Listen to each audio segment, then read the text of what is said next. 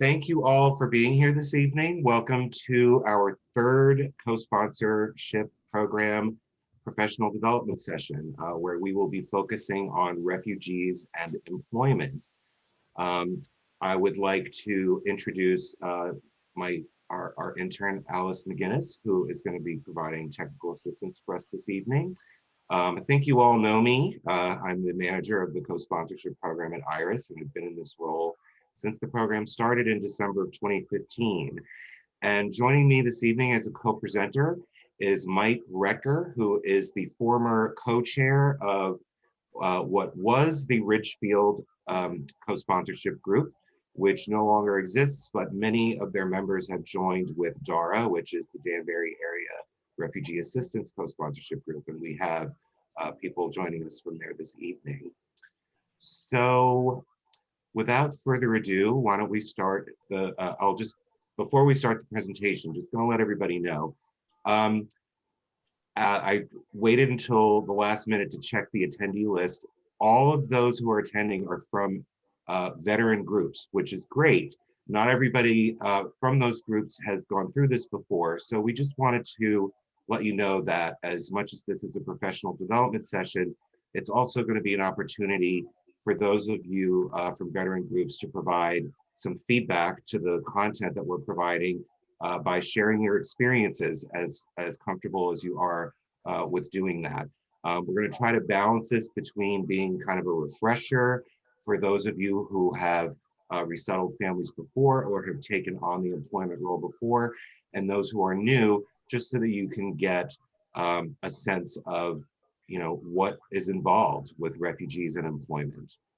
So after roughly every 2 sections, we're going to pause and invite questions and feedback from you, and we'll let you know when that is. So if you wouldn't mind, please wait until we pause for questions before we take them. You can also enter them into the chat before we take our pause. And with that, I would like to get started. So if we could please start the presentation.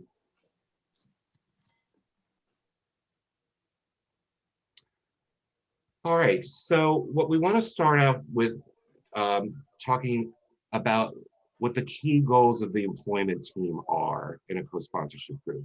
It's obviously a really important function because it is a key feature of the U.S. refugee resettlement program that refugees become employed as soon as possible. So, as many of you have experienced, our mantra is that the primary goal of the employment team would be to help the client and client family members to find safe, legal, and secure employment that can meet the family's living costs over time. That is a broad goal that is aspirational in several cases. It may be very quick in some cases, but it's just important to understand that securing employment for the primary earner in the family, which can be the mother or the father, to secure employment over time, because financial viability is a function of self-sufficiency. Now, no less important are secondary or potential goals of the employment team. And these certainly tie into the primary goal and can often complicate reaching the primary goal, which we're going to touch upon in several contexts this evening. As you can see, utilization of prior skills or work experience.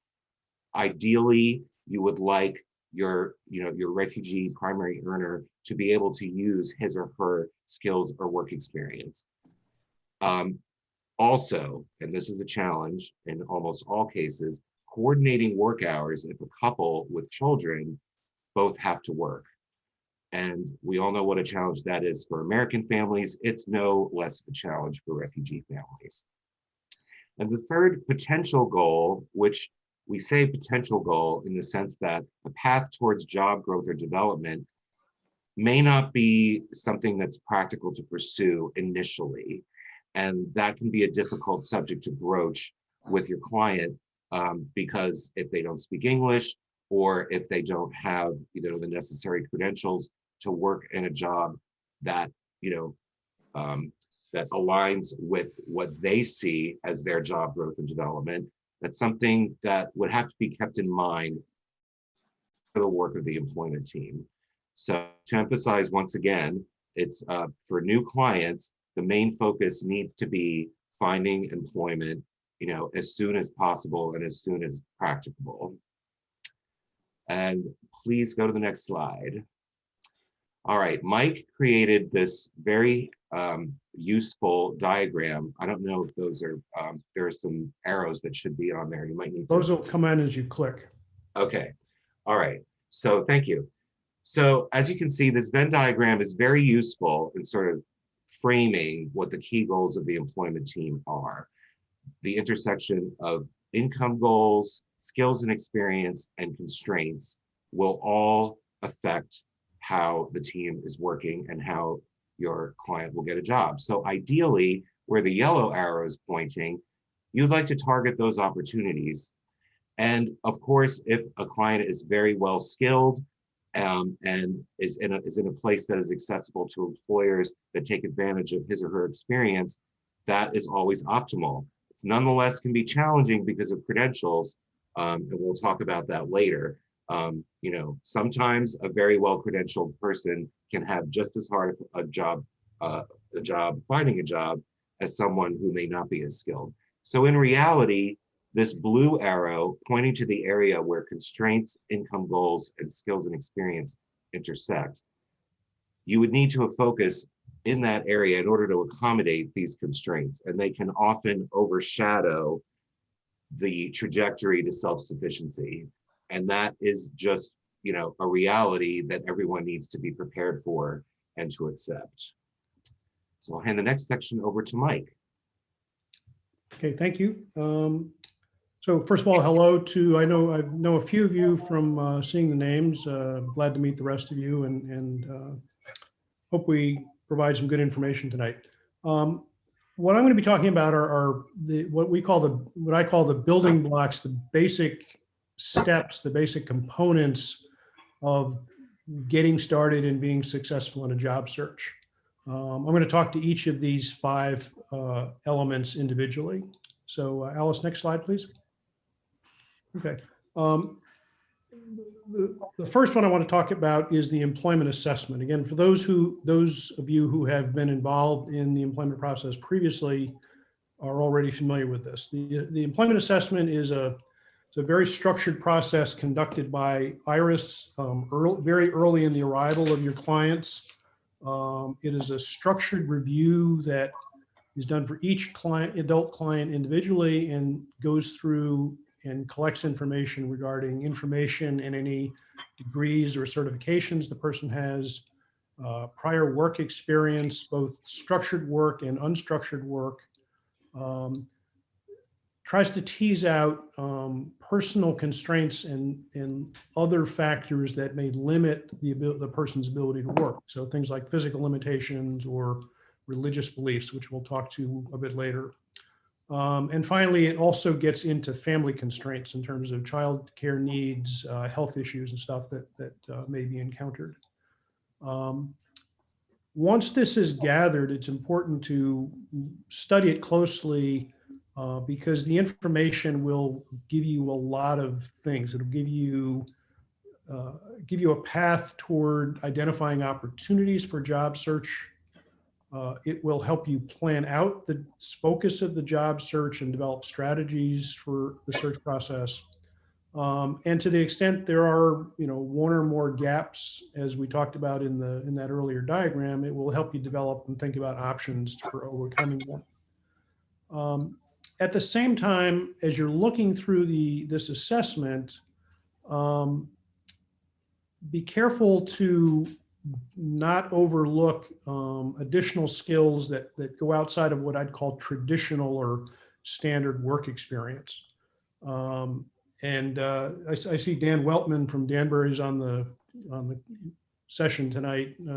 Good to see you again, Dan. He'll know this story as well as I do. Danbury Group had a client who came in a couple of years ago. The husband's background, he had been in the Army, in the military, in his home country. From that experience, he then actually started his own business as a security guard. So he basically guarded shipments of supplies being delivered around the country and stuff like that. So as we were listening to what I'd call the traditional part of the work experience, we started thinking about, gee, where could we find a job for him as a guard? What kind of issues might we run into if he has to carry a firearm? What are the constraints going to be, et cetera, given his situation?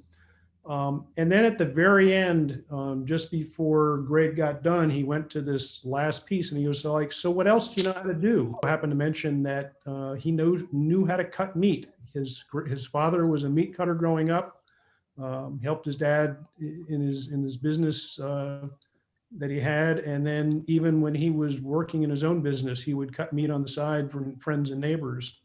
And that actually became the immediate path that was successful in finding a job. And other than some language, we had some language issues and that he didn't have any English, but we probably would have had a job for him a week later on that basis, except for some other constraints like that. So again, use the employment assessment, study it closely, and you're going to find a lot of very valuable information in there. Okay, next slide, please. As many of you know, and all of you who don't will learn, English skills will be almost always a major limiting factor in the initial job search. It's important as you start working with your new client to be honest within your team and also be honest with the client about just where his or her English capabilities stand. Think about it from the perspective of the prospective employer who's going to be looking at hiring this person, looking at supervising this person. That's the perspective to think about in creating honesty for yourself in terms of how successful or how challenging a first job will be for your client. It will also help you work with the ESL team to develop a coordinated education strategy that will help improve the client's English skills as you move forward. Something that you're going to need to think about, particularly if the client has limited or in some cases virtually no English skills whatsoever, is finding the right balance between that need for income and the path to self-sufficiency versus the need to improve the English skills as a path forward.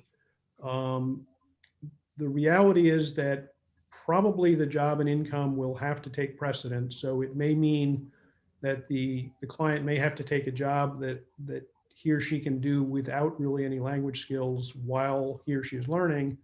But at the same time, you and the ESL team need to work together to find a way for the language learning to happen. And that might be evening, that might be weekend, that might be special tutorials with your ESL team. Okay, next slide, please. As Greg alluded, if it's a family with children, you're going to have another special challenge, which is how do you take care of the kids when the family members, when the adults are working? This is very, very common in almost all of the family settings that you have encountered or will encounter in the future. Here's also where the language skills come in. If there's very limited language skills, you're probably talking about initial lower paying jobs, and both parents will need to work to get to that sufficient income target.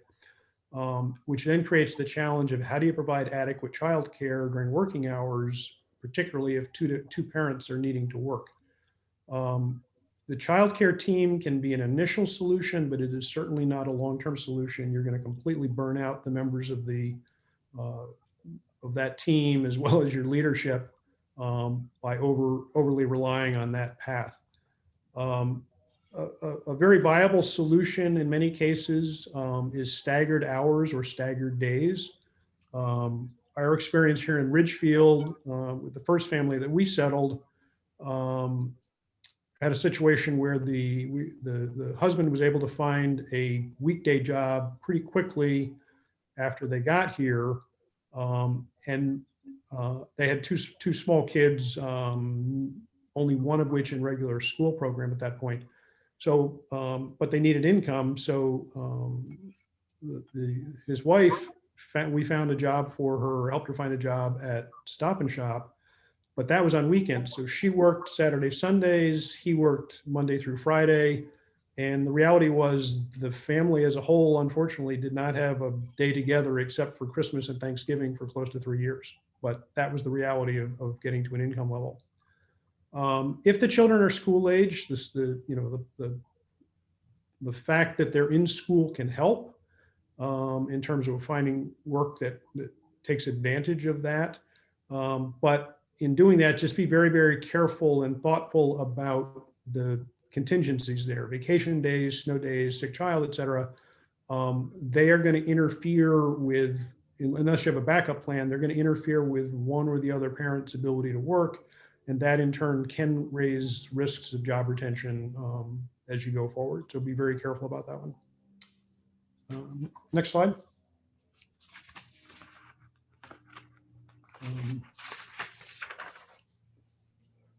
A couple of things that'll pop out or may pop out of the employment assessment are areas of potential constraints that will limit the pool of potential job opportunities. A couple of examples.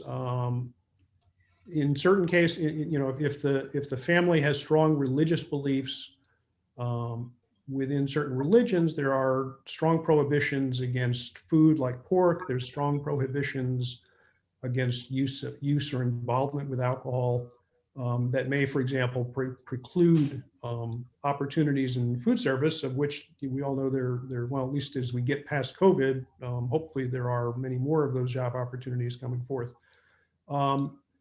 Don't assume that these are absolutes. This is an area to have a conversation with your clients and understand the nature, the depth, and perhaps the flexibility of their beliefs if this comes up.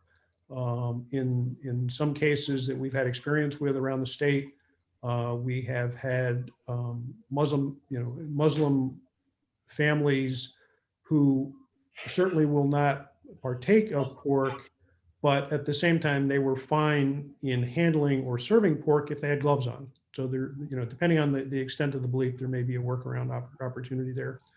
There are also potentially, in some cases, religious beliefs that affect days of the week in terms of the work availability. And there may also be health limitation situations. Many of our refugee families, one of the reasons that they are refugees or that have occurred through the refugee situation is that they have physical injuries or physical constraints that may also limit their ability to do certain physical jobs. So again, those are two areas, may or may not run into them with any particular client, but these are things that will get teased out when you read the employment assessment document. Okay. I'll just, before we pause, I'll just kind of double down on what you said in terms of, food and alcohol prohibitions. It's a question that we ask every single client, no matter where they are from. You could ask this question of a Congolese client and they will say, I will not work around pork. That's not very common, but that's good to know. At the same time, as Mike pointed out, there are different gradations of strictness in terms of these rules. And so I do ask, pretty detailed questions during the employment to try to get at this, like, would you be willing to work with pork products if you had gloves on? And if they are, then that means they could work at Dunkin' Donuts and they have lots of jobs, but they also sell ham, bacon, and sausage. So, you have to kind of not only think about places where clients could potentially work and kind of think in the back of your mind, oh, they sell beer, or, there are ways to work around these restrictions in a pinch. Obviously, if the client is steadfastly against working around pork, period, then that's it. But, not everybody is as, sticks to the doctrine as you might think. All right, so why don't we pause here? We can close the presentation so we can see the grid. If anybody has any questions or feedback based on what we've discussed so far. can feel free to unmute yourself.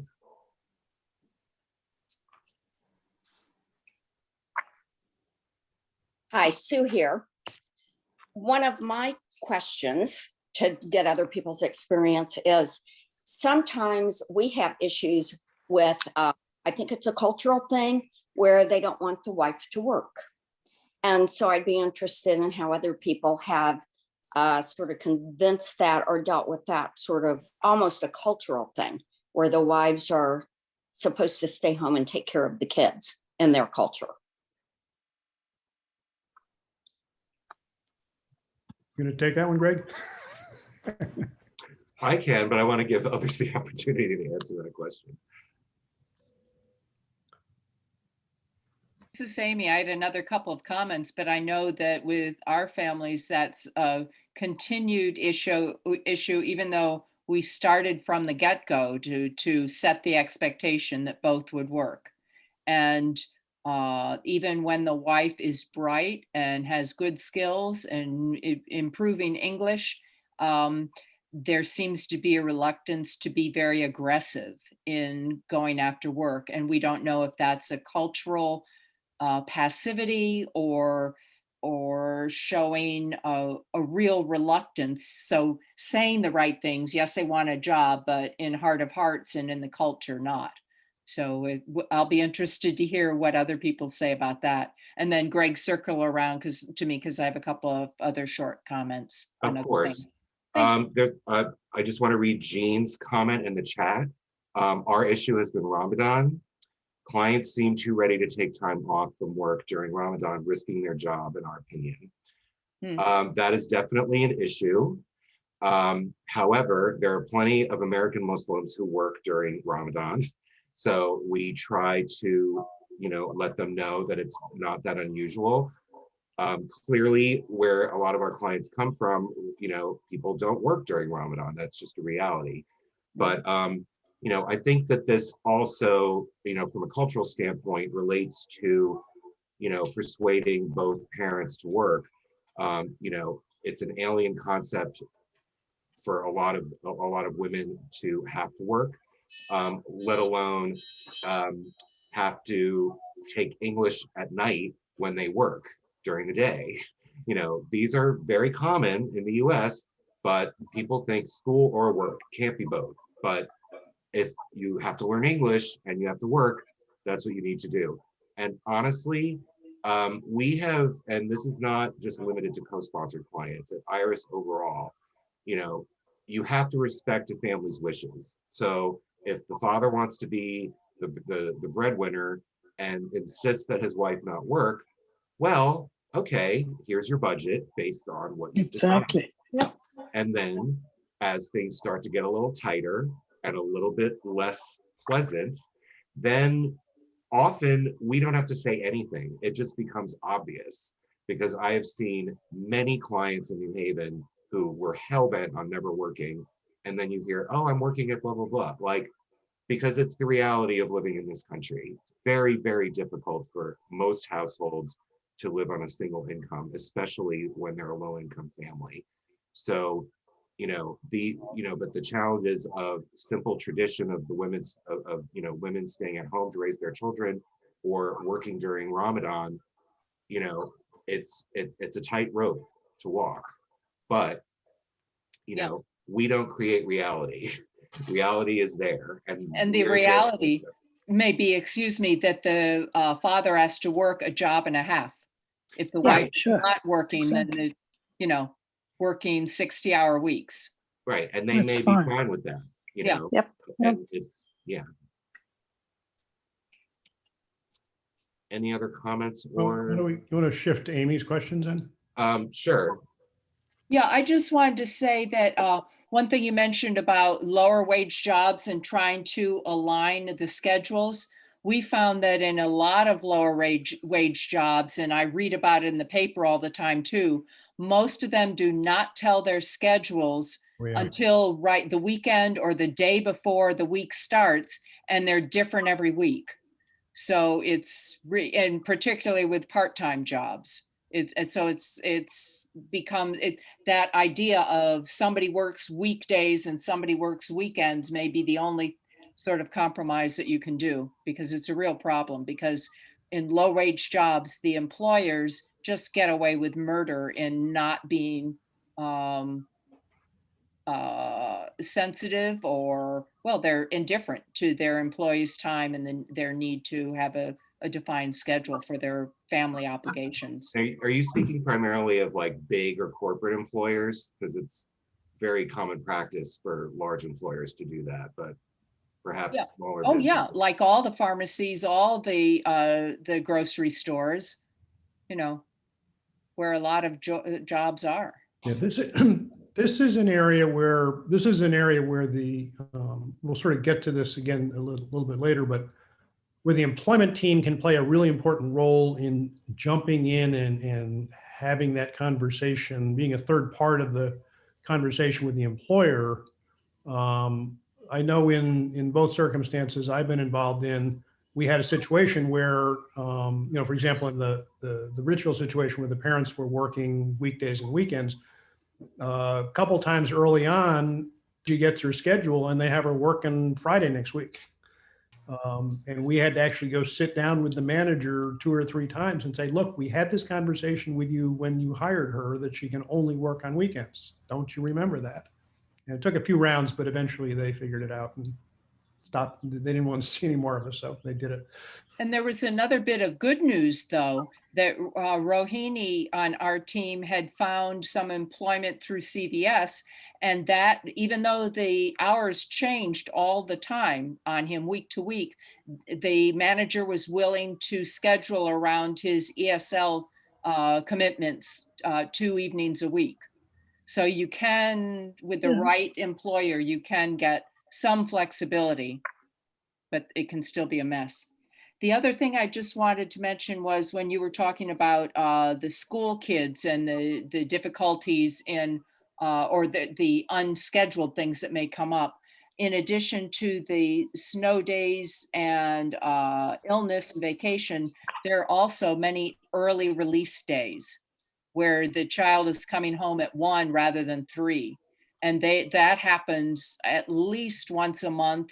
And then every quarter, it's for 3 days in a row as they have report card assessment meetings. So just to add to your list, yes, it's a challenge. Actually, I'm gonna throw out an idea for everyone that just happened here that we had here in Ridgefield. When you have a working mother with children, all of these schools have cafeterias and they need people in the cafeterias, and they don't pay a ton of money. So hiring is sometimes a challenge. So after, it took a couple of years to get her in there, but we were able to finally help get a job with our local school district in working in the school down the street where her kids go to school. So in that case, the schedules exactly coincide. Snow days and, snow days included. So just, as you have clients, and if you're facing a working parent situation with kids, look at the schools. They all need people in the schools. So that's one we got lucky on. Thanks. All right. All right. Yeah, I have my hand up, actually. Oh, I'm sorry. We have just a couple of minutes. We won't take too long, 10 minutes. Go ahead. Okay, so, Mike, you brought up an interesting point that's a broader point than even employment, but I'm going to mention it. And that was your statement that it took a couple years to get, them into the school cafeteria.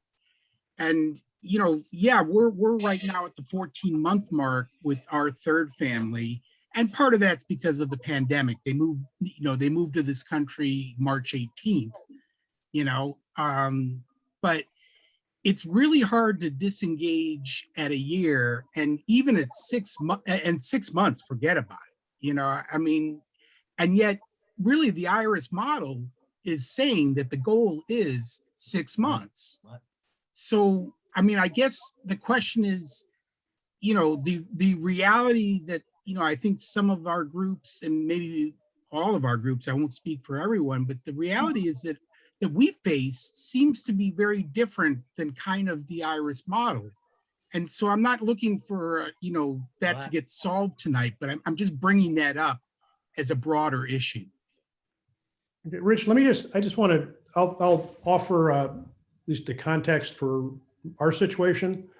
In the case in Ridgefield, it was, I think, third year out in which this job opportunity popped up. We had, certainly have stayed in touch with that family over the period, but not any kind of active, ongoing, regular support kind of contact. This was one we'd sort of thrown out the idea to the mother many times, saying, you should think about this. The employment office is right there across the parking lot. Let her actually initiate the application. And my involvement was actually when she had the interview, she asked me to come sit, be part of the interview so I could help negotiate the fact that she needed to work in one particular school as opposed to the high school on the other side of town where the guy was wanting to send her. So it was both involvement and not high-level involvement, high-level ongoing involvement. So, Well, that's good to hear. okay. There is that continuing involvement, but balance. And it's different for every situation. Some clients are self-sufficient at 6 months and some aren't. And the co-sponsorship period is a year. So, it's within that time frame that you build, whatever framework is practical for that situation, recognizing, as Mike pointed out, that you are not going to be cutting off your relationship with the family. You can certainly be there, for certain advisory questions. And, I help clients until they've been here for 5 years with all kinds of things, which I'll get to towards the end. But just so we can continue, Alice, if you could please restart the presentation, and Mike is going to pick up with the next slide. Okay.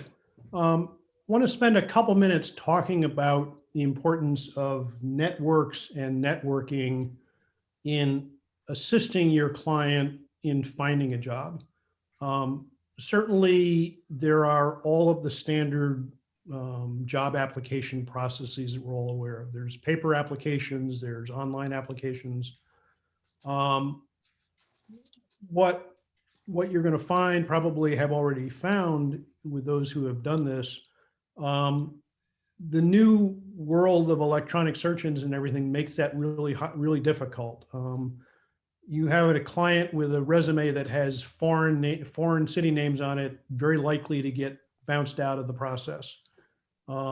Employers themselves are going to be very uncertain, even if they're dealing with paper resumes when they see information. But an important part of the employment team is to facilitate that process by getting involved, and networking is a very important part of that.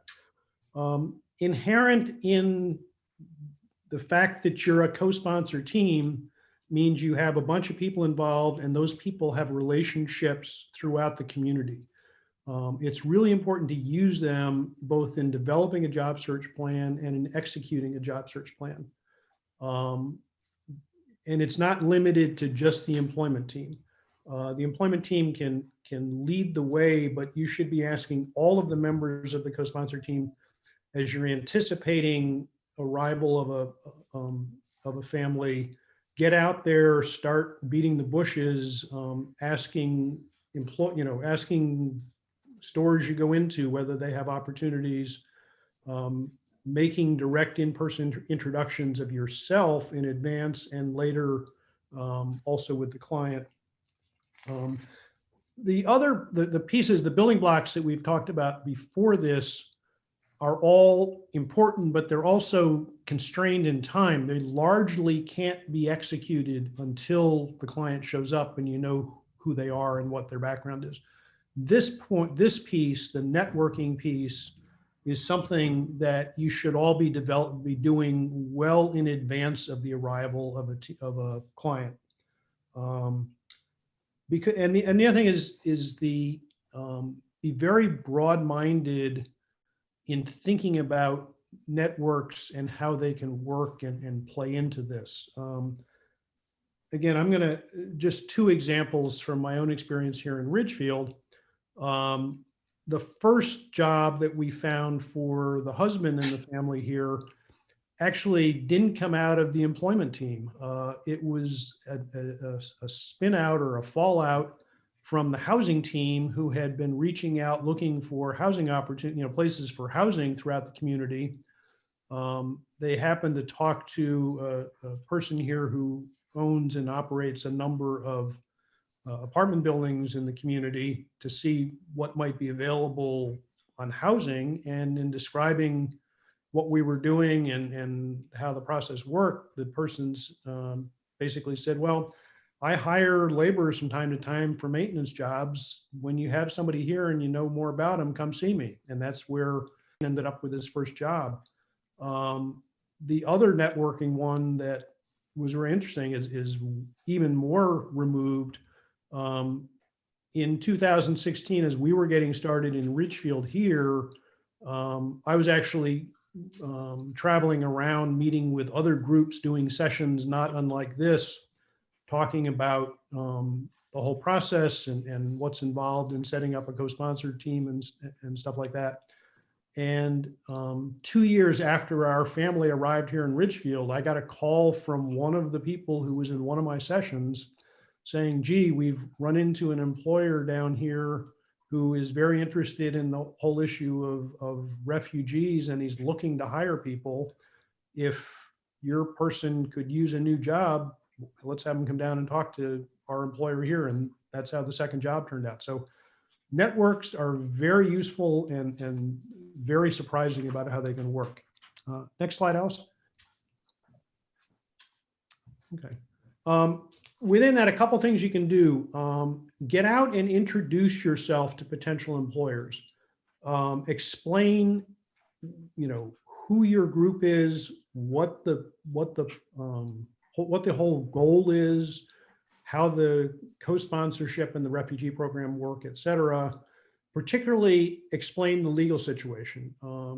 As we all know, over the last many years, there's a lot of confusion around what a refugee is versus an undocumented alien versus now more recently, I'm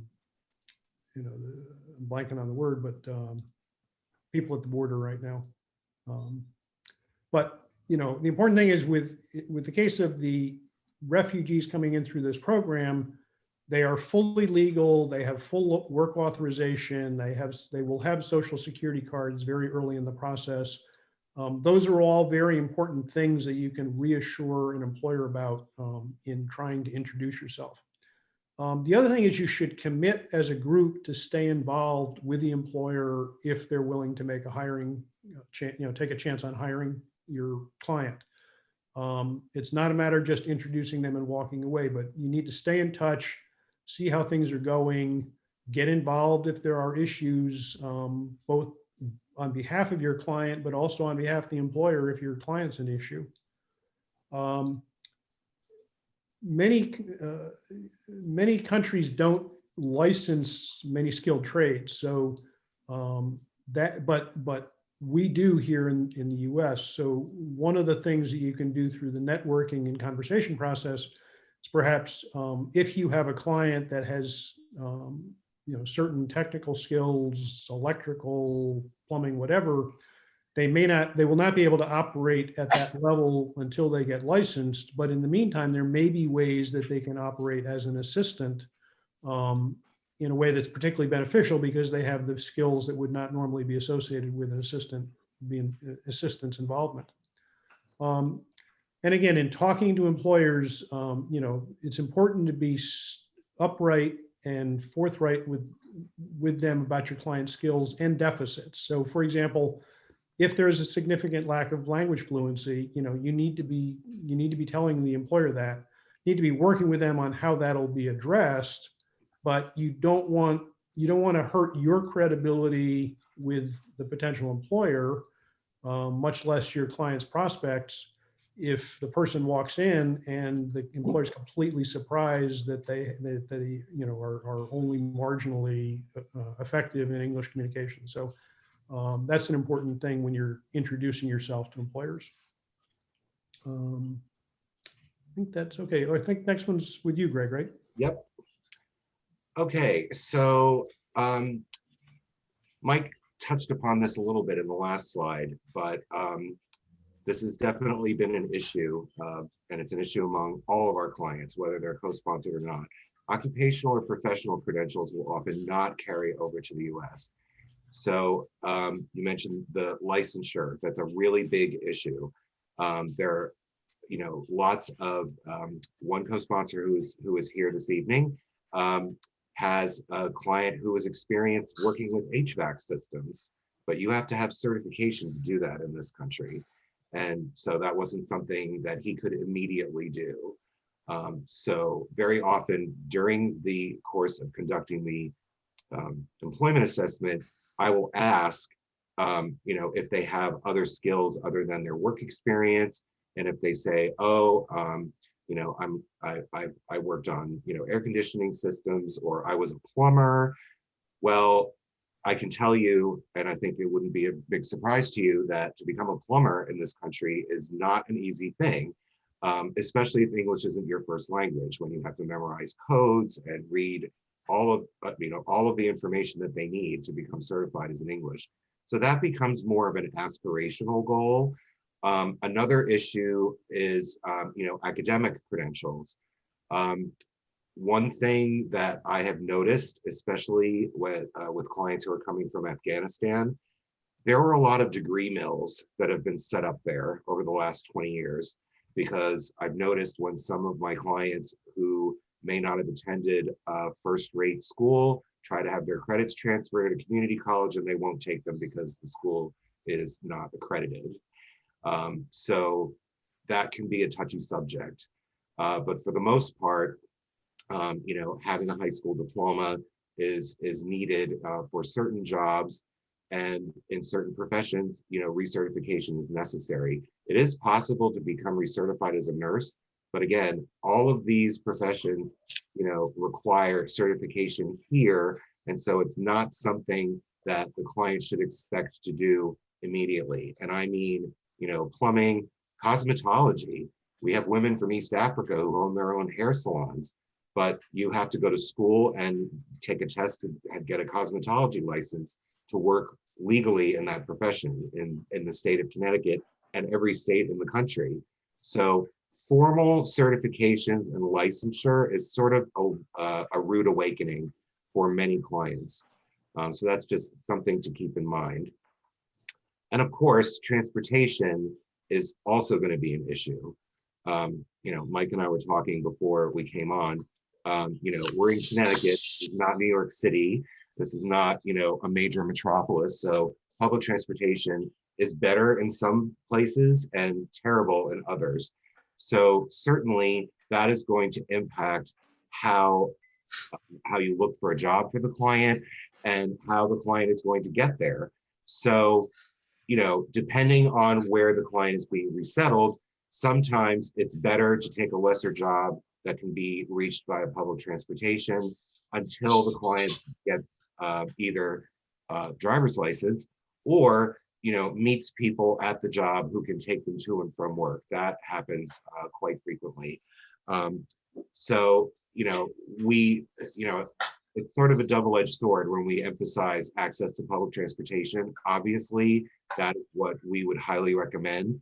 We realize that in some communities like Waterbury and Danbury, the public transportation is not reliable. So what you need to keep in mind is that in certain instances, groups may need to help out with taking the client to work. Mike, you wanted to offer a story about the Colombian family that was resettled in Danbury. Yeah, and how that reality came to fruition. Yeah, so I see Karen Foster's on here. She'll remember, or she will remember this one well. But the family in the second family in Danbury, I mentioned earlier the meat cutting opportunity. Well, the first round of job placement the feedback we got was, we can use this guy as a meat cutter, but only when his English gets better. In the meantime, we can give him a job as a stocker in the grocery store, which turned out to be an overnight job.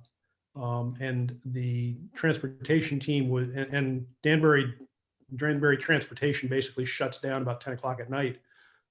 So that transportation team for several months had the challenge of helping this gentleman get to work at 10 or 11 at night, and then having somebody available to go pick him up at the store at 6 or 7 in the next morning. Because while the buses started running about that time, it was going to take him 2 hours to get home, which prevented his wife from being able to get to a job. So anyway, it's a reality of the challenges. And keep in mind too, that a bike may be a way of getting to work, but both of our families ended up using bikes for a while for transportation. And it's miserable on a rainy day where you probably have to walk the bike home, but it's doable for a while. Well, thank you for that, Amy. And that's absolutely true. Just to finish off this slide, terminology differences can get in the way of understanding fully, what your clients are capable of doing. And this example of electrical engineer is perfect, because someone who's an electrician from Iraq or Syria calls themselves an electrical engineer. If you say to an American, I'm an electrical engineer, they think that you are someone who builds computer systems and you maintain networks and all of that. It's a completely different thing. So I do my best during the employment assessment to parse these things out, so that if they say, oh, I was an electrical engineer, and I'll be like, oh, okay, what did you do? And they say, oh, well, I wired houses. I said, okay, in this country, that's an electrician. And you need to be bonded and you need to be certified, so it's important to pay attention to those things, because even after my somewhat relentless grilling during the employment assessment, it's important to remember, oh, he thinks it's an electrical engineer when it's really an electrician. And I'm sure that there are other examples that we could discuss. Next slide, please. Actually, Greg, I'm going to just, before we go, just another point on this that frankly just occurred to me, didn't think to put it in earlier. And it's sort of an intersection of the credentials, the employment assessment, and the role of the employment team in getting involved closely. When you're working with particularly these automated employment applications, one of the things you're going to find is they want the client to go back 2, 3, in some cases 5 years with work histories, addresses. I had a situation with our Ridgefield father.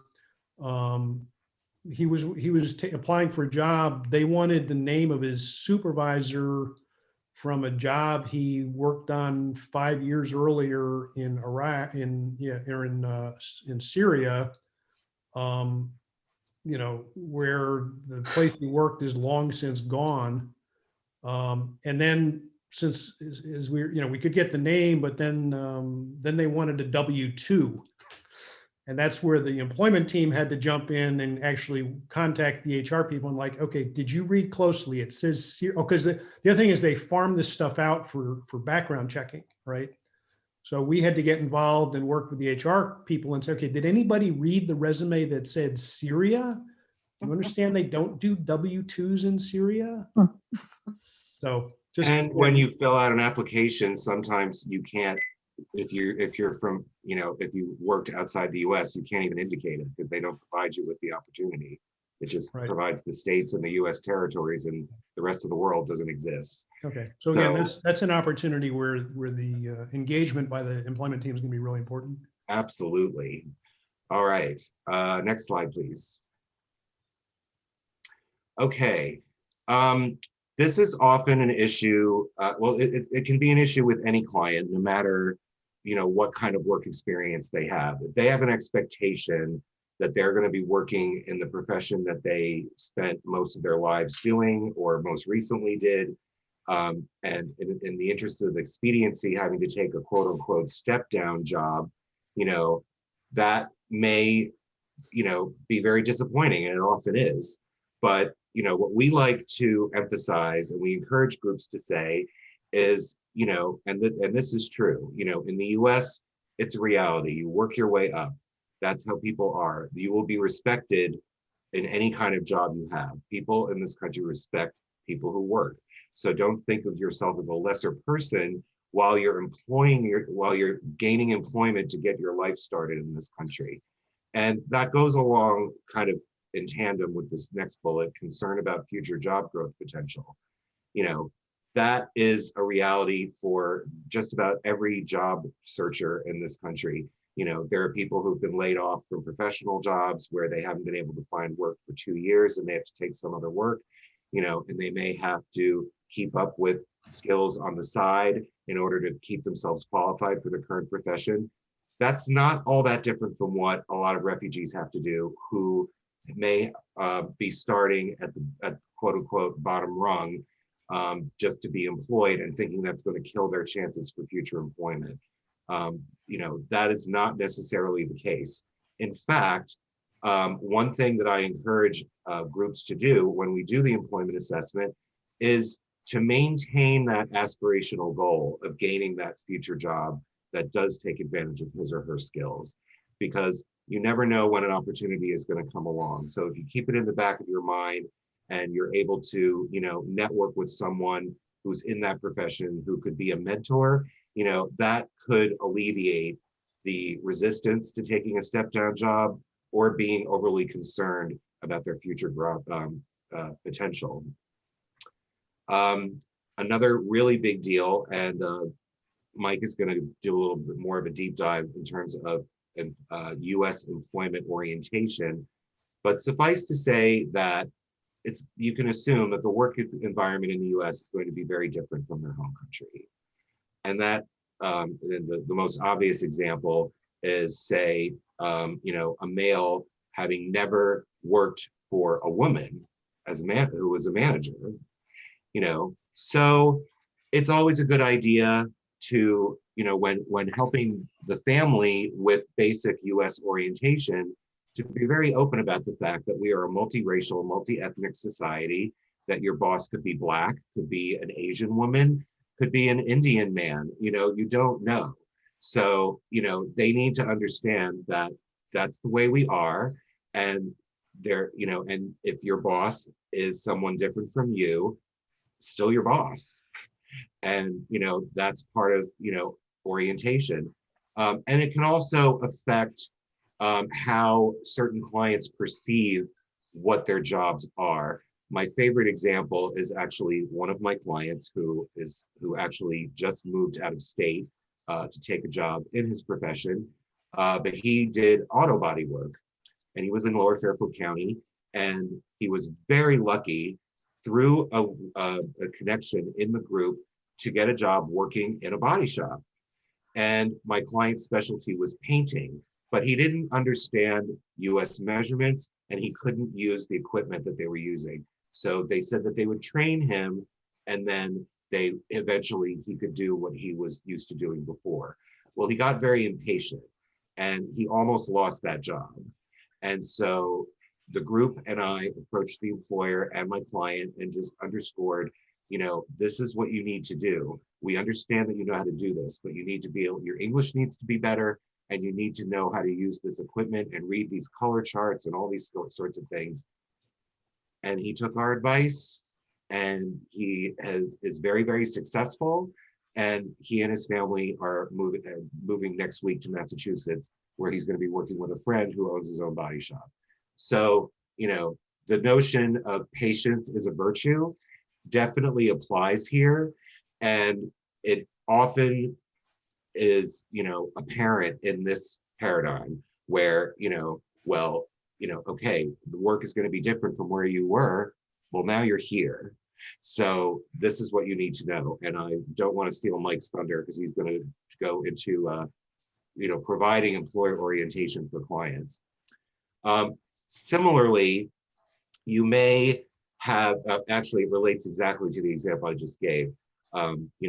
My client took a lower skilled job based on his, historical skills, and that his job was less structured than what he was used to doing. So for example, I want you to clean up the back storage area.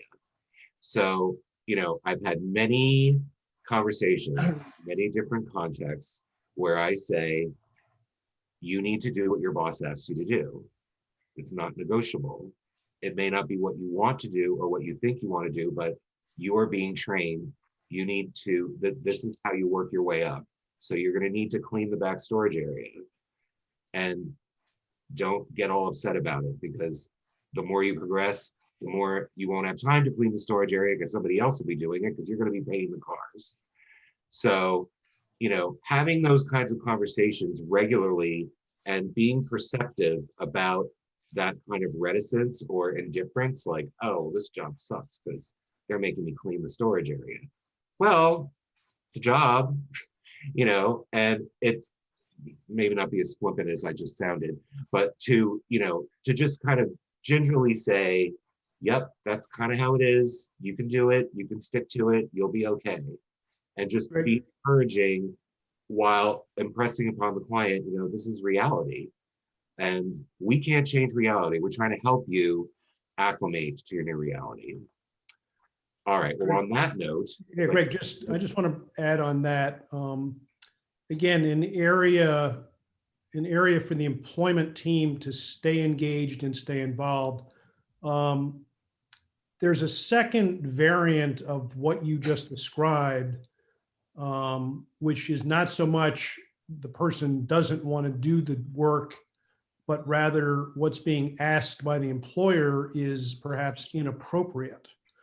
That's going to be an important area to listen for and distinguish between if this kind of situation comes up.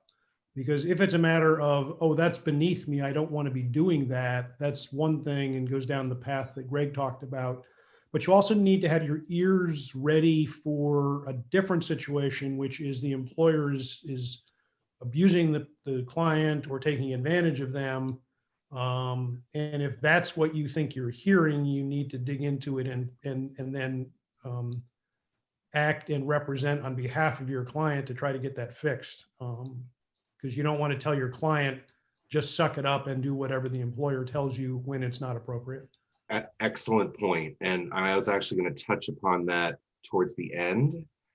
But yes, you certainly want to encourage people to get used to, American workplace. And yeah, you may not want to do it, but obviously if they're being harassed or taken advantage of, that's not good.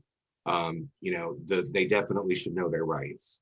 And I think Mike's going to touch upon that in the next section. Before we go to the next section, I'd like to take another pause and see if anybody has any questions or comments. And Alice, if you could just please bring us back to the grid so that we can address some questions. Now, actually, before we do that, I want to go back to a question that Rohini asked. What is the model for immigrants? How do they manage? I'm going to take a wild guess what you want to hear, because that's a very broad question. The simplest way that I could explain that is anecdotally. A lot of interpreters that have worked with groups are immigrants of various stripes. Some of them are professors. Some of them came here to go to school and, are now have their own business or whatever. But, I've heard interpreters say, they tell us that they're saying this, the co-sponsors are really explaining things very clearly. And I don't understand why they're being so resistant. I just told them that I didn't have this when I immigrated here.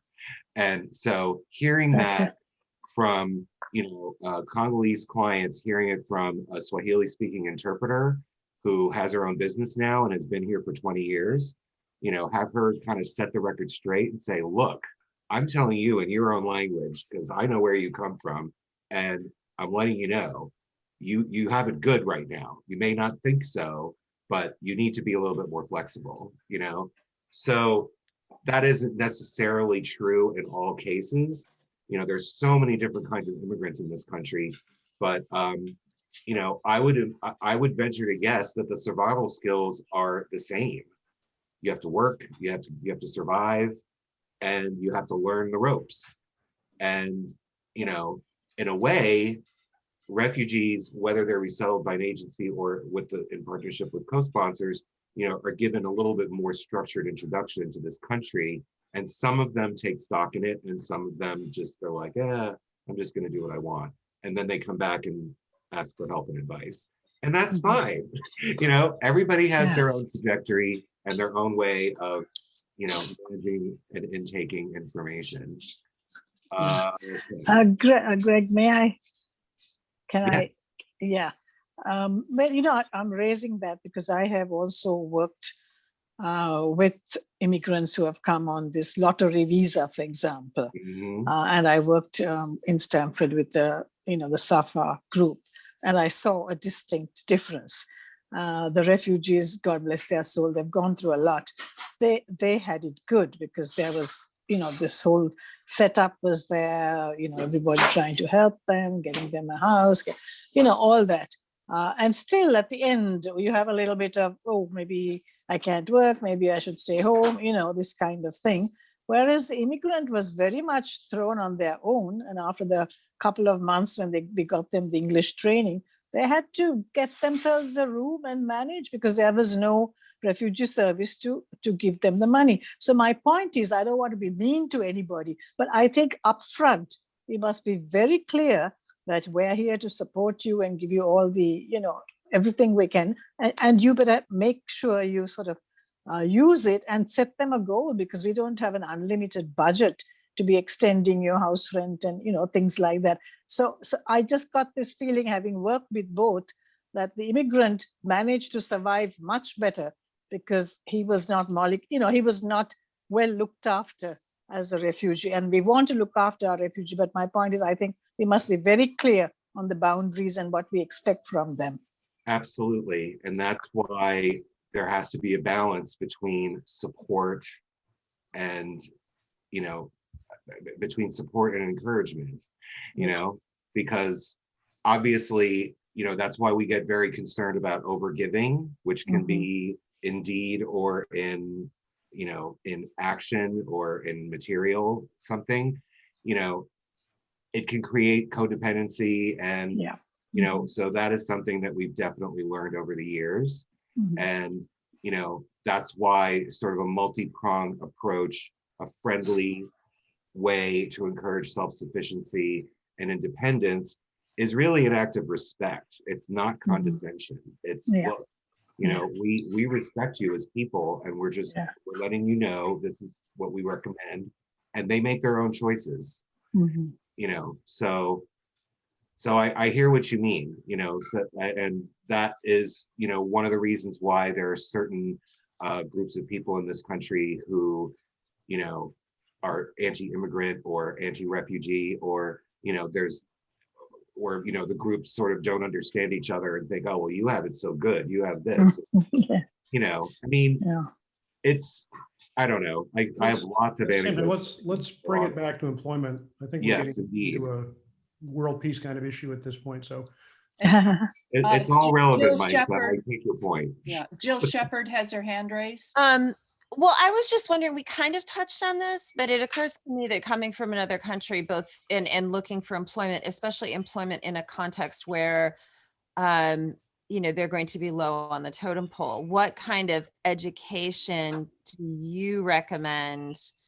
What I guess what crosses my mind is that social mores and expectations would be very different, which we touched on, but especially between men and women in the workplace, do you educate women that it's not okay for their boss to touch them, and it's not okay for their boss to, do you have to, or have you found that you have to, because they're so vulnerable?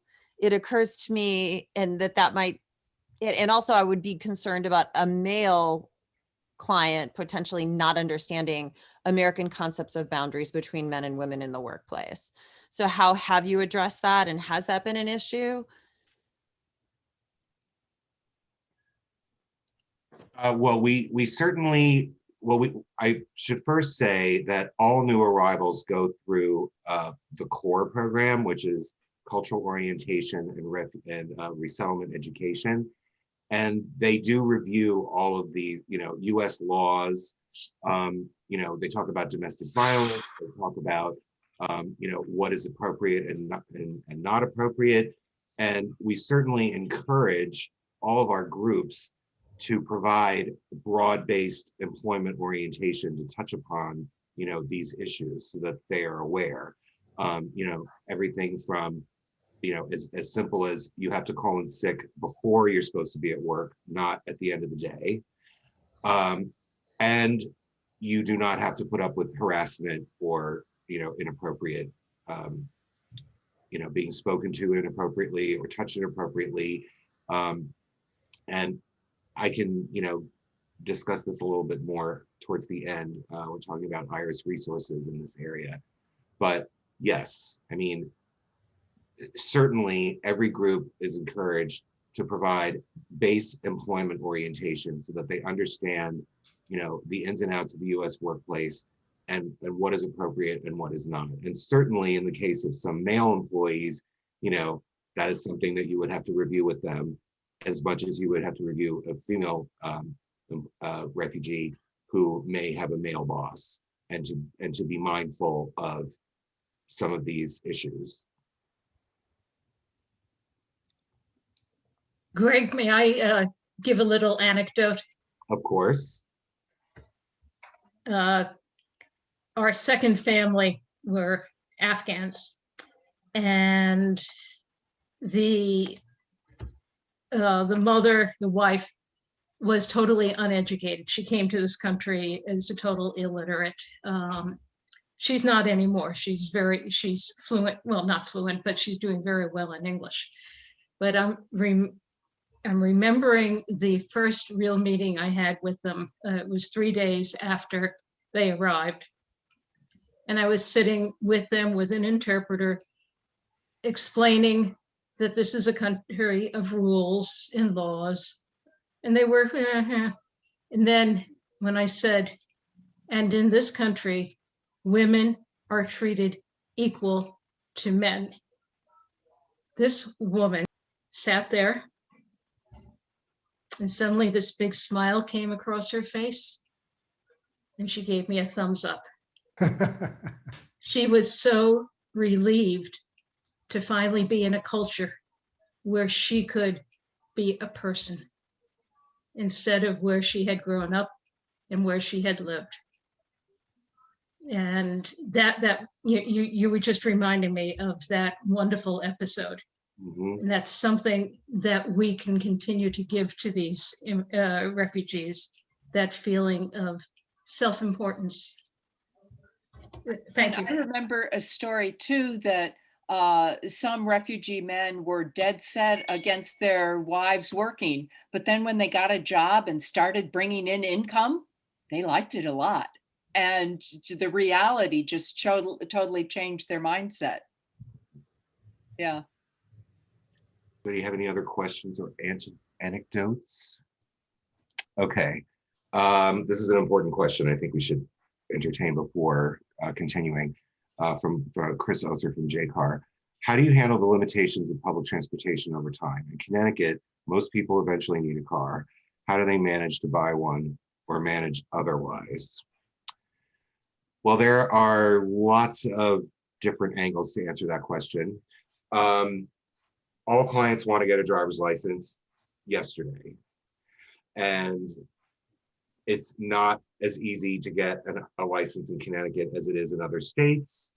There are people on this call who know exactly what I'm talking about, because some of them have left the state to get a license in Colorado or Texas. And then when they come back here and they realize, oh, my employer won't accept my Texas driver's license because I have to drive around the parking lot and I need to have a Connecticut license. And this is after, I drill it into their heads, please don't do it. It's illegal, first of all, to go to another state and get a license where you don't live. And if you're caught, it could affect your green card. That's what I say to every single time. But people are going to do what they're going to do. So the best thing that I would suggest is, first of all, some groups, talk about getting a car for a family like right away. And we don't think that's a good idea because we don't want them to be tempted to drive without a license. We have clients in New Haven who do this and it drives us insane. But as an incentive, and this worked for many clients back in 2016, it's like, okay, so-and-so has a car that they're willing to donate to you, but you need to learn English, you need to have a job, and you need to be able to pay for your insurance, you need to pay for gas, and you need to pay for maintenance on the car. And that's a motivator. I've never seen so many Arabic speaking men learn English so quickly. It's just, if the motivate, it is what it is. And fortunately for Arabic speakers, you can take the test in Arabic. Connecticut, unfortunately, is not a state that offers the driver's test, the knowledge test in many languages, which is why they tap into their refugee network all over the country and don't think they don't have one. They have friends. They're in Texas, they're in Virginia, they're in Florida, they're all over the place. And they'll be like, oh, you can come here and live with me and use my address and get a license.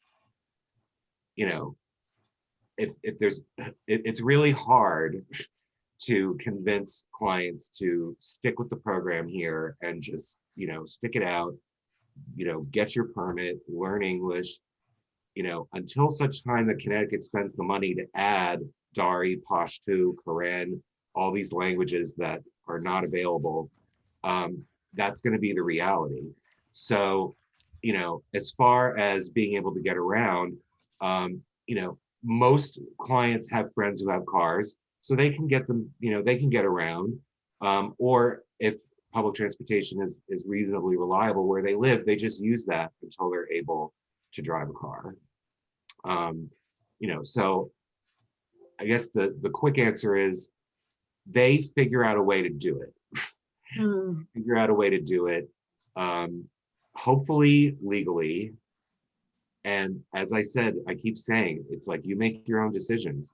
I've had clients screaming at me, oh, I can't get my license because I took a knowledge test in Florida that's useless here. And I'm like, because this is Connecticut, not Florida. Greg, Sure. I've been teaching people to, I'm an ESL teacher, and I've been teaching people to acquire the skills to take the written test. Mhm. And the written test in Arabic in Connecticut is so poorly translated that Arabic speakers have difficulty even reading it, much less passing it. So it's not really in Arabic in a way, it's not usable. So I know people can take an oral exam, though, I read on the site. Hopefully that is helpful to some people. But I wanted to ask you one other question about the international license. What if they have an international license? That is not legal to use once they become a resident of Connecticut. And as soon as they start receiving benefits from the state, they are Connecticut residents. Oh, So, do we have a lot of clients who, you can buy an international driver's license somewhere in the US. Technically, the only international driver's license that would be valid is one that they obtain overseas before they come here. You don't buy an international driver's license to drive in the US. So that's essentially a non-starter.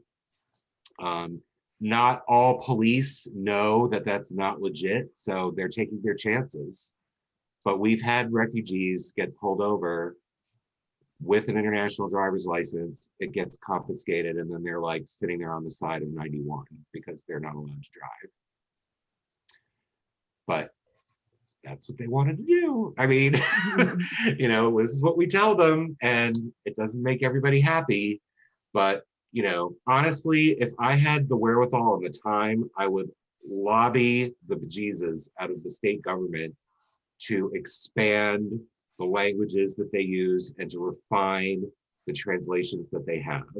Because, I should say that in 2014, they took Arabic away. So you could take Polish or French, because there are Polish and French-speaking immigrants just inundating Connecticut. And you can take those tests, but, oh, you can take it in Italian too. Mm. You know, of course, you can take it in Spanish. The best that we were able to get them to reintroduce was Russian and Arabic. So, you know, New York has like 20 languages. Massachusetts has, you know, a similar number. So, you know, and supposedly the Afghan Society of Connecticut is trying to lobby the state to introduce Dari and Pashto DMV because we had tons of Afghan immigrants in Connecticut. You know, so Greg, I I'll think get back to you if I organize some sort of a lobbying effort. Great. To, you know, because it's really not in the best interest of the state No. to have people tempted to leave the state and acquire licenses illegally. I mean, it's just stupid. So Greg, I think we need to move on. we do need to move on. Thank you. I can go off on this. This is a hot button for me. So, okay, we are going to be in the last portion of this presentation. We'll take Q&A when we finish. So that'll be after the next roughly 4 slides. So Alice, if you could please resume. Thank you. Okay. I want to talk about a couple things that the employment team can do. Some of these are beneficial in advance of job placement and job interviews. Some of these are helpful in advance or maybe helpful later on relative to a second job, for example. It's important to work with the client, just explain a bunch of the basics about how employment works here. Some of it relates to expectations, as Greg alluded to earlier. You know, depending on the history and the culture of where the client may have come from, things like regular, you know, showing up every day and showing up on time may or may not have been a thing in their prior culture. If people are changing jobs and not providing job notice, that may eventually come back to bite them. For the client's benefit and probably your sanity, it would be very important to educate the client on how things like income taxes and personal deductions work from a tax withholding perspective. You know, the last thing you want to have is have a client take what he or she thought was a $300 a week job and they get their first paycheck and it's $250. And they're wondering what's going on here because that doesn't happen back in their home country or they've always worked in a cash economy or something like that. One of the things you can do that's very important is to help the client with their tax withholding forms. Many employers, absent any other intervention, will just put a standard set of withholding on the client. And in many, many cases, particularly on a first job, that's going to be completely unnecessary. Your client may be in a job that not only are they not going to have any net withholding, they're going to be eligible for earned income credit. And there's no reason from a cash flow perspective that they should be agreeing, you know, let the employer be taking, you know, $25 or $50 or $100 a week out of their paycheck because of some pro forma standard. The other thing to educate your clients on is the concept of at-will employment. So Connecticut is an at-will employment state. Employers do not need a specific cause to terminate your employment at any time. So your client needs to understand they got to be careful in terms of things like regular attendance and stuff like that. They don't want to create opportunities to be let go. And they need to understand that that's really important toward the stability of their job and their income. Both before job interviews and particularly once somebody finds a job where there is some level of job specific language and terminology, this is an area that you will want to work with the ESL team to develop some very specific ESL training that focuses on their job particularly and helps them learn the terminology that they will need to perform their job better and to advance in their job. The next 2 items, depending on how effective you are with your networking, these may not be that important on an initial job placement, but certainly they will be important on subsequent job placements. But at some point or another, either at the beginning or later on, the client will need to have an effective resume. Again, you can use the employment assessment as the foundation for that, but in many cases, you're going to need to go beyond the employment assessment with certain details and information. And it's also very valuable to perhaps do practice interviews with your client, particularly if they again come from a history or a tradition or a situation where they just are not they've never done an interview. Jobs are word of mouth, or they've been in a family business in the past. It's important to help them understand and know how to get through an interview in order to be successful in getting placed somewhere. Next slide, please. And Greg, I think this one's yours, right? Oh, yes. Anything having to do with state benefits always have something I have to deal with. And it's a big part of employment, and we're going to discuss why. As the slide says, government income support programs have specific requirements to qualify for or maintain benefits tied to employment and or employment search activity. So those of you who are veterans at this are familiar with the Jobs First program and how that's tied to TFA benefits. So the way it works is, while someone is unemployed and receiving TFA benefits, they have to provide evidence that they are looking for work. And it isn't consistently applied across the state because essentially when you take the family to get their DSS benefits, usually the Jobs First office follows up with the head of household, within a few days, or not at all. And then sometimes they'll get a notice like 2 months later, and a co-sponsor will say, well, do we have to respond to this? And I'm like, yes. So basically, assume that this requirement is coming, even if it never does, because if it does, you have to comply.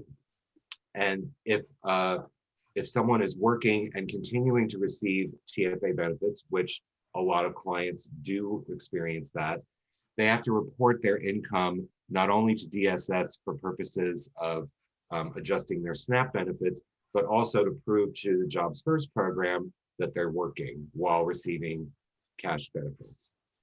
If an individual or a couple with no children is working and receiving cash assistance, it's called refugee cash assistance, and they are not required to participate in the job program, which is sort of interesting because as soon as they do start working, they lose their cash assistance completely. But that does not happen when you're receiving TFA. However, it depends on the size of the family. So as many of you know, the amount that a family gets is a function of the family size.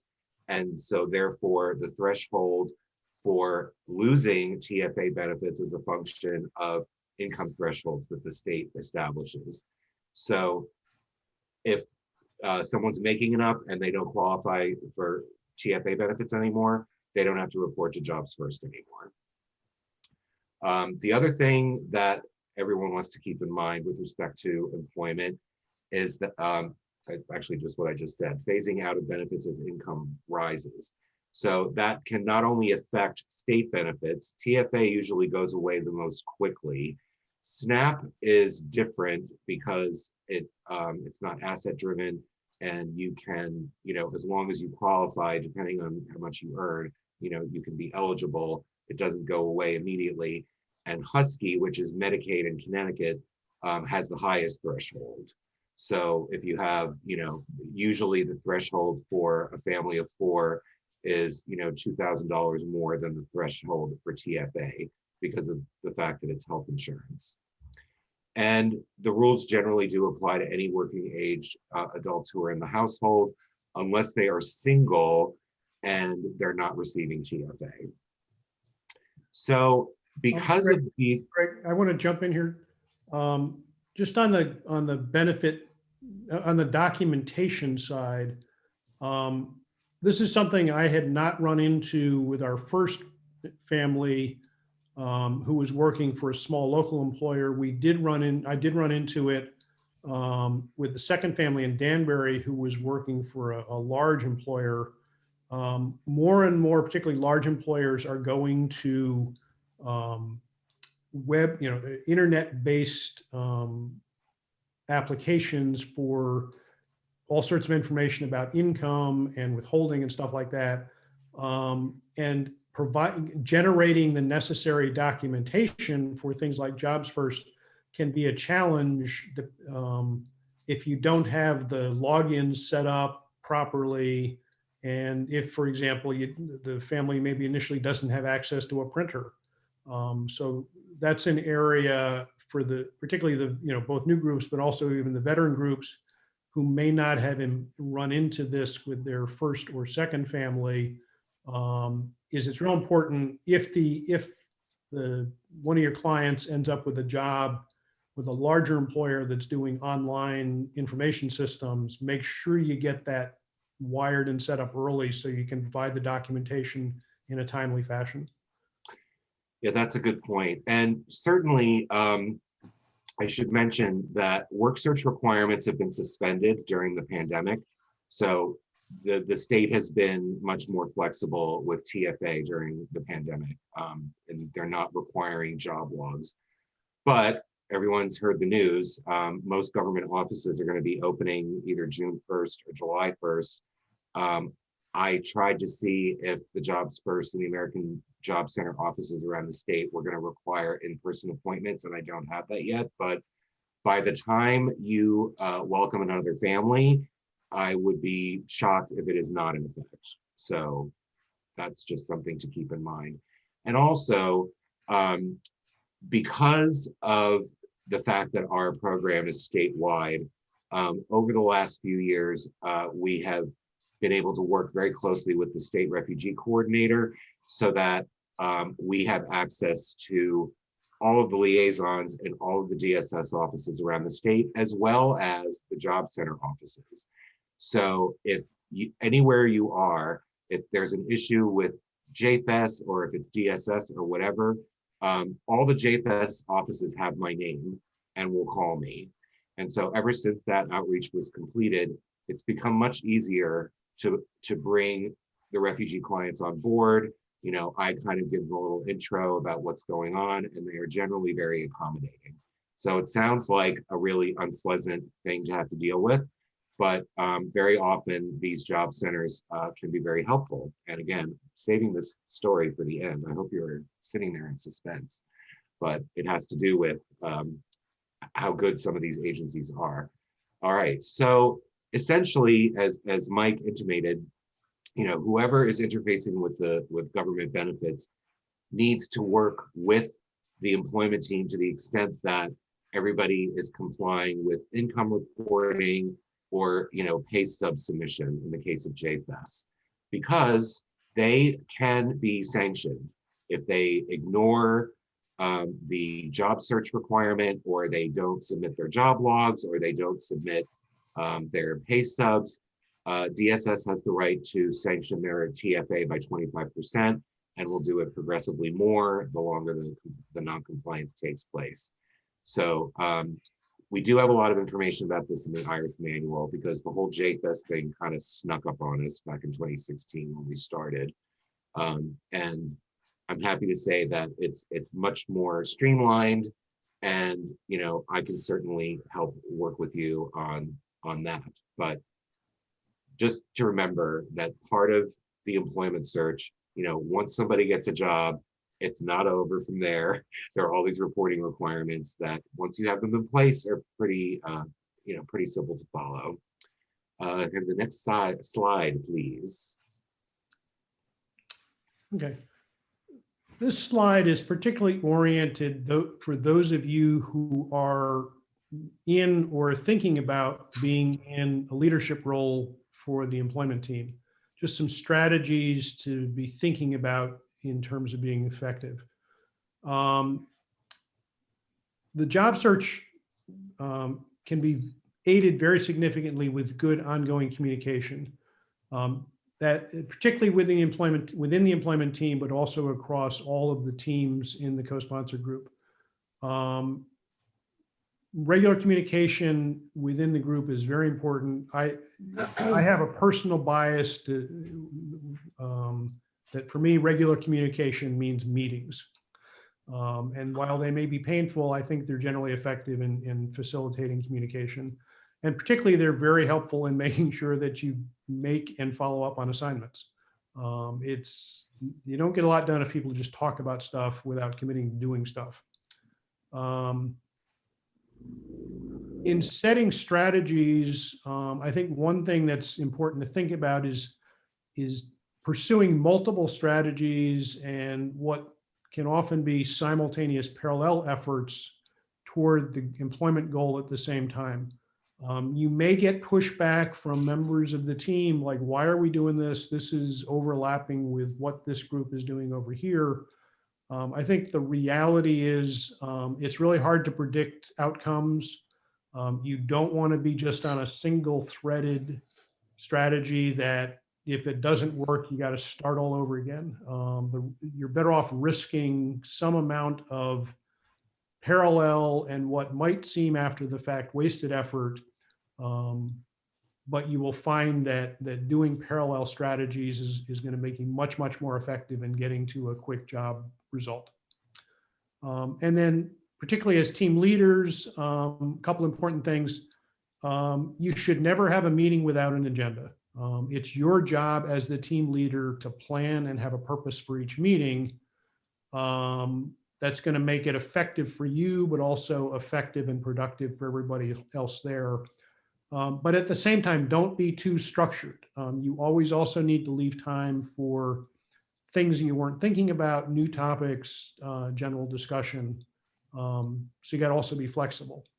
And then I also think it's very important, follow up each meeting with some kind of written summary, both a summary of what was discussed, but particularly any assignments that came out of the discussion and any commitments that someone made for deliverables, both as to what they promised and when they promised it.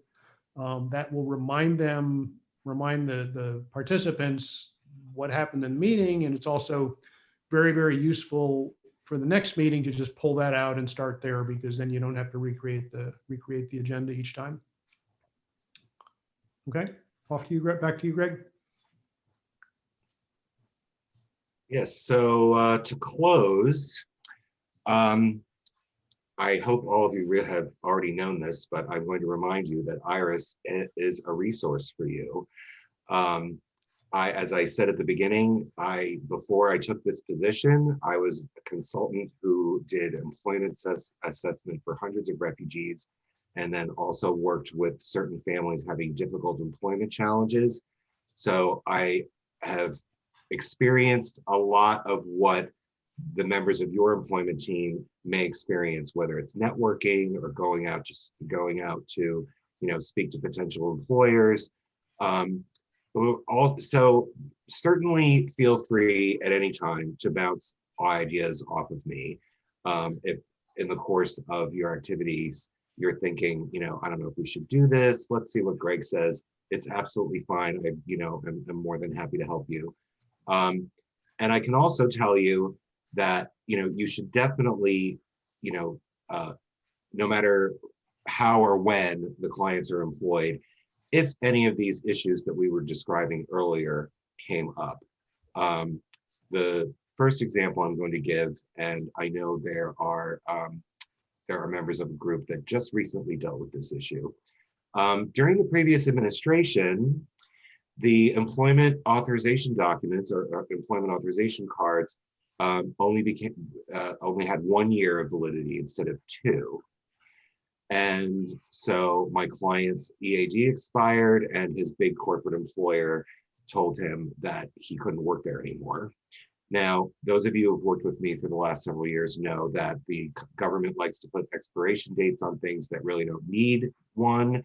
And an employment authorization document shouldn't have an expiration date because a refugee's employment authorization is indefinite. So if a conversation with the employer from me doesn't work, The United States Department of Justice Immigrant Employee Rights Division is extremely helpful. My colleague who manages employment at IRIS told me that she has dealt with, asked them to deal with these sorts of issues on a routine basis. And I'm happy to say a lawyer from the US DOJ contacted a lawyer from the corporate employer and said, this gentleman is employable and is authorized to work. He got back pay and he was reinstated. So I'll just give you that, piece of info now. But, that's the kind of thing that, we can offer as a resource for you. Another very important resource is the Connecticut Human Rights Organization, CHRO. One of my clients was working at a Dunkin' Donuts, and Ramadan was approaching, and she asked for her schedule to be accommodated so that she could open up the store before sunrise, so that she could be home, before sundown and not have to work while fasting any longer than she needed to. The long and the short of it is, not only did her manager refuse to accommodate her, she basically got all of the employees to gang up on her. And so I talked to her JFES counselor, who referred me to the CHRO. Their sole mission is to investigate discrimination claims in the workplace. And this was a religion-based claim. I'm happy to say that that employer was sanctioned by the state and that their intervention was instrumental. It was, extremely helpful. So there are a lot of really great resources in the state that we can refer you to. And, I have lots of anecdotes, stories, situations that probably resonate with whatever your problem may be. And so you should definitely keep us in mind, keep me in mind if you have any questions. And although our employment office does not serve co-sponsored clients, my colleague, her name is Aniko, she routinely lets me know about any jobs outside of New Haven so that I can send information to co-sponsors as appropriate. So, IRIS is, here as a resource. We are in partnership with co-sponsor groups and as well as the clients. So we just want to remind you that you're not, you don't have to think you're going to be out there on your own to do this sort of thing. And just the last bit of feedback, my beloved manual, everybody knows it. We are looking to make it a little bit more updatable more easily so that we don't have to keep revising it every few months. But we do have a lot of resources on our co-sponsor resource page, including links to the US DOJ that I just described. And you should, certainly make yourself, make that available for yourselves as well as those on your team. And I think that is it. So before we take any questions, I'm just going to ask Alice, if you could bring us back to the grid and pop the link for the session evaluation in the chat. So we would appreciate your clicking on the link so that you can either complete the evaluation while we're on or at your leisure afterwards. And just so you know, there is a question that has nothing to do with this evening, but we would like your opinion because we're trying to do some planning for co-sponsor training. We're planning on doing co-sponsorship training again in September. We do have a session next week, but we're trying to gauge whether or not we think it would be feasible to hold a training session in July or August. And we're just curious for your opinion. So that's going to be part of the evaluation. We don't normally ask these kinds of questions, but everybody's been cooped up for the last year. And we don't want to assume that lots of people are going to want to sit on a Zoom call in July or August for 3 days in a row. So if you wouldn't mind, please give us your feedback. And now, happy to take questions and anecdotes, experiences, etc.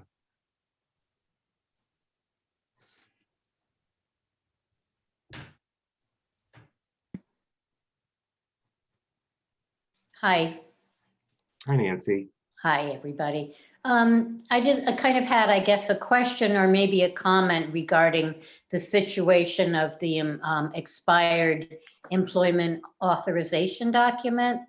And in working with this case, tentatively, I'm thinking next time with a new employee, that maybe not showing the EAD at all is a good idea, but rather showing a document, another I don't remember which list B and C. For example, show a social security card. And if it's not too difficult to get like a state ID, a Connecticut ID, and then you're not showing an employment authorization, because even if you maybe properly check with the EAD, not applicable as far as an expiration date, this large employer didn't get it, and it would have just been better not to ever show the EAD at all. Well, yes, I'm glad you brought this up, because actually, initially, I think it's essential to show the employment authorization card or document if you have it, because if the employer is skeptical about bona fide work authorization, that's a government document.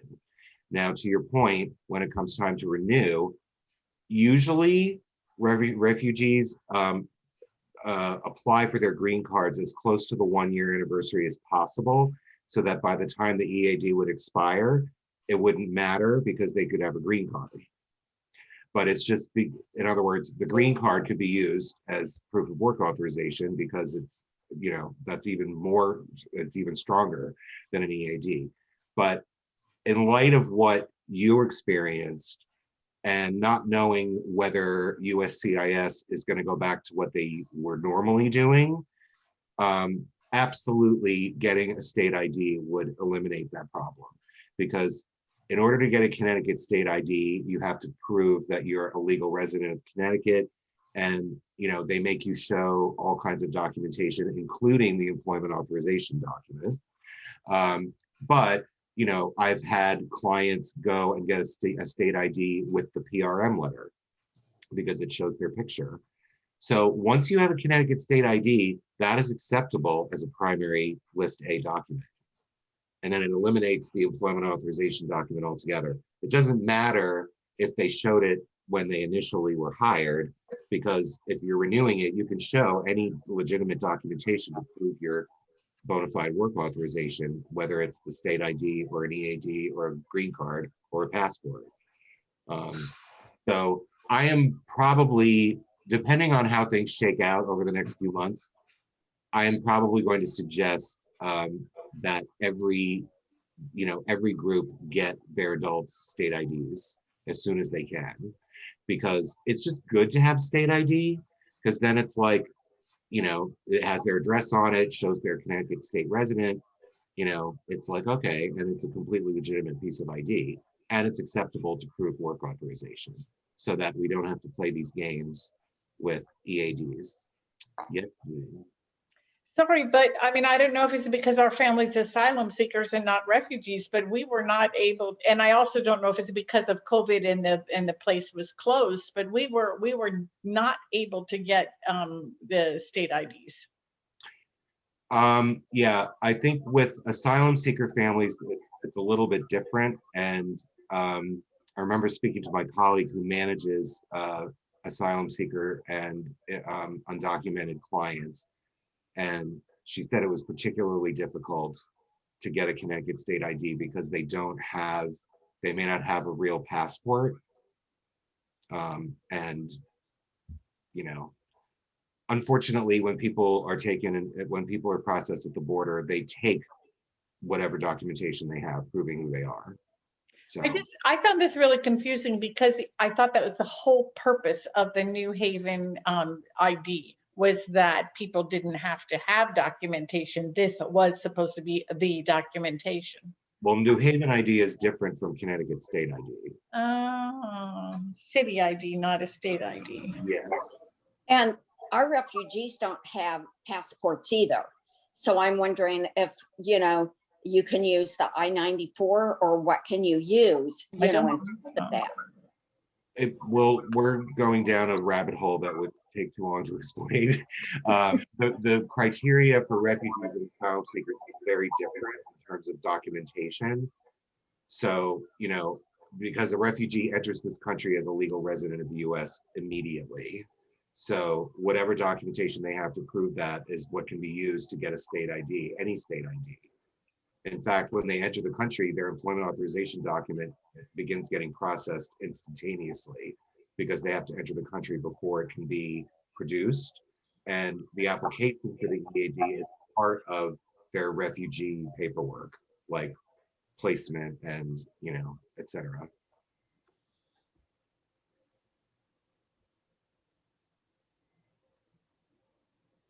Do we want to say just 2 minutes about the potential for employment fraud without going down a rabbit hole, just to make people aware that there's some bad actors out there looking to take advantage of refugees and offer them jobs that sometimes either have them doing illegal things like repackaging and readdressing things that come to their home. Just don't get Yeah. around any of those. Great point, Amy. I'm happy to touch upon that so that you don't have to traumatize yourself with that story. Basically, early on, we were saying, we would say, like during an employment assessment, for example, I would say, okay, if you see a job posting on a telephone pole, don't call the number. Like, in other words, that's not really legitimate employment. They probably would pay you under the table. It's just something that you should look out for scams. And, once people start receiving DSS benefits, that's why they start getting junk mail. So whether it's a credit card offer or a job offer, that's that whole phenomenon has to do with, just, policing the mail. But what Amy is talking about, and this is where, someone who is, whose English is proficient and he's like a very smart person, but someone who isn't aware of how scams work. So you could get, somebody, you want to encourage, for example, you want to encourage your client, okay, do your own job search, and they could usually want to do it by themselves. And then they get a job offer online from what looks like a totally legitimate employer. And then they go through this whole routine of, okay, we're going to send you $5,000 and you're going to buy something and then you're going to send it back to us or whatever. It was like, it never crossed my mind that that would ever happen in this program. And it did. So basically, and obviously if you are helping someone online and you can spot a scam because you're American and what is legitimate and like that people don't get jobs just by having someone email them and send them money. I mean, but hey, someone who's new to this country and is still trying to feel their way around might think, okay, well, this is the US, like maybe this is how it's done. And, so unfortunately, just as you're going to have to talk to clients about financial scams in general and, other scams that may come in the mail, phone scams, like don't ever give your social security number to anybody. You've probably all gotten that robocall that says you're going to be, you're going to be impaled by a rod if you don't call the Social Security Administration and give them your social security number. I mean, to someone who doesn't know about this, how would they know? So Yeah, Greg, I want to jump in. This actually sort of goes to the point Rich Stein made early on in the session here about, there's not a hard stop at 1 year when you're dealing with your clients. And it's important to continue that relationship, beyond self-sufficiency. We had a situation here with our family where, right where I'm going with this is it's not always totally illegal scams that you're going to have to help with. We had a situation where our client applied for a job with a totally legitimate organization, heard back from somebody was invited to quote an interview, drove all the way to, it was an hour away. I don't know where it was, New Haven or something like that. And he gets there and it's like, well, I can't really offer you a job with employer X, but I have this business on the side that does employee leasing, and we lease people to that company. So I can offer you a job with my leasing company at this different rate. And it just, so it was, and it was a real leasing company, but it was a total scam in terms of legit, in terms of what was portrayed. So again, to Rich's point, you need to stay in touch with your clients as they learn their way through the realities of the U.S. And it's not always a totally illegal on the phone, telephone pole number situation. No, this situation wasn't, it sounded like a legitimate thing because they were talking, they fronted themselves, said they were representing a company that I looked them up online and they were very respectable. Unfortunately, they had no affiliation with that company. They were just pretending that they did. And they had gotten then information, including his social security number, as part of his application process. And because he wanted to be self-sufficient and independent and proactive and aggressive, he moved more quickly. Right. And we didn't even know that it was a risk until he got into it. And within 5 days, it had all unraveled. So just be aware. There are things that we don't even know about that we have to be careful about. And Yeah, it's unfortunately surprising how evil people can be in this world. Well, yeah, and they take advantage of people who, are trying to act in good faith. And, I know that, I mean, I don't want to generalize with like all cultures, but I just remember, these sorts of things happening with a couple of my Syrian clients. And they're like, but I trusted him. I told him, I'm like, the sense of honor that governs a lot of societies around the world does not happen here as uniformly. In other words, like, no, I know this person was very nice to you and this person was saying something to you, but you need to understand that they're taking advantage of you. And that can be a hard pill to swallow and it can be discouraging. So it's like, how you present that information is certainly important, because you don't want to be like, oh, well, I'm just not going to do anything because everybody's scamming me. And, I mean, it's, welcome to America. I really don't want to end on that cynical note. I hope somebody asks another question or makes another comment. I'll say something positive in that I think it is true that the immigrants can get into trouble when they are taking their own initiative and trying to find work. But in our last two cases, the job that the husbands finally found, both of them found on their own with their own initiative. After many hours of work from the employment team trying to help them find things, so they can do it on their own too, and we're there to help them, but it can work, I guess. Oh, that's what I would say. I would say it works more often than it doesn't. I mean, it totally does. People are motivated by real things, and you can definitely count on them learning. It's the orientation and the advice early on that's going to help them. And you can't help it if somebody's personality is,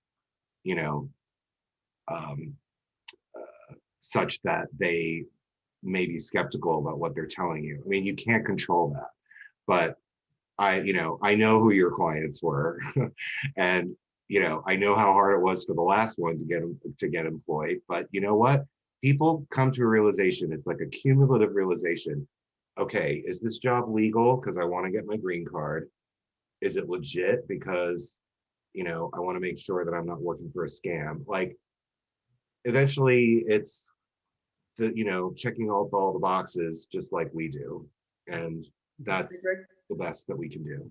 Greg, I want to go off in a totally different direction that just popped into my head. I'm going to do it as at least one question to you, and then maybe a suggestion to everybody.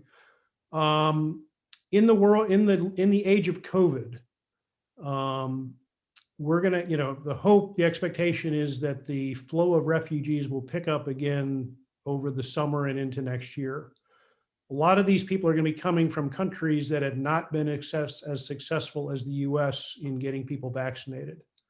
So the question to you is, do you know if there are going to be any State Department requirements that refugees be fully vaccinated before being admitted to the US?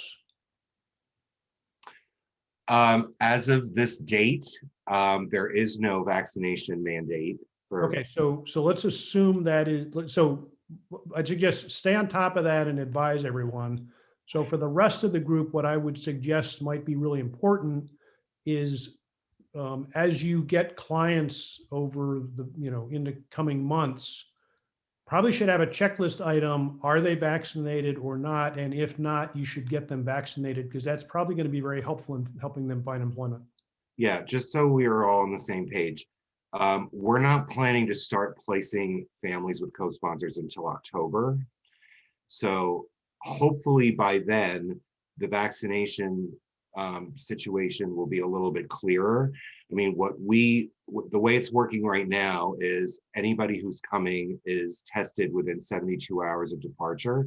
And if they're negative, they're allowed to travel. So the question is the COVID vaccine going to be as readily available as other immunizations that are required of the refugees when they get here? I would like to think so. It could be that. I'm doing this with the employment hat on. I'm thinking this may be an issue for employers where they Well, sure, it'll be issue for schools too. Right, but particularly, this is the employment thing tonight. This may be an issue where employers either may be requiring it, or they're going to be more inclined to hire somebody who can show vaccination as not. So just something, it's not probably on anybody's checklist right now, but it's something that we probably ought to all add to a checklist out in the fall to just ask the question. And then if you get a no, then, the vaccine should be readily available, and get them vaccinated by as quickly as possible. Yeah, we're certainly on top of that, because we're not just we're supposed to start receiving refugees any day. It's just a question of when the infrastructure. Will the process take care of it, or do people need to think about it independently? That's really where I was going with it. I'm guessing that they would be vaccinated here, and we will have more information about that in the coming months. Okay. Okay, any other thoughts or questions before we wrap up for tonight? So your question, Mike, just means that we have a dependency on the health team. Employment has a dependency on the health team to get vaccinations if they need them. Yes, but I think it had, I think there is a spillover effect, perhaps to the employability aspect. If I was agreeing with you. I said, okay. So we have a dependency on the health team to deliver, to get the vaccinations as soon as possible. Yep. Okay. Yeah. Yeah.